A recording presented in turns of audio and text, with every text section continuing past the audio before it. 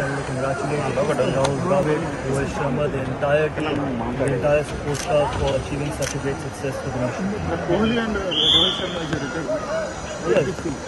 See, what better than finishing off the T20 career with a World Cup win? It couldn't have got better than that. Probably the script was written, and they both are great players. They've done so much for Indian cricket, and really want to congratulate wish them all the best. And they still play 2 more formats. They play Test cricket and One Day cricket. I'm sure they're going to keep contributing to the success of the country and the team.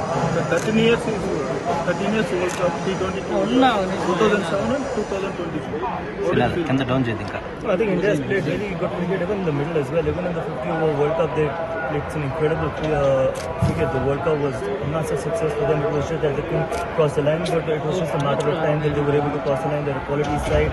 We got some world-class cricketers. So I want to congratulate all of them. I think their contribution and the way they performed, they made the entire nation proud.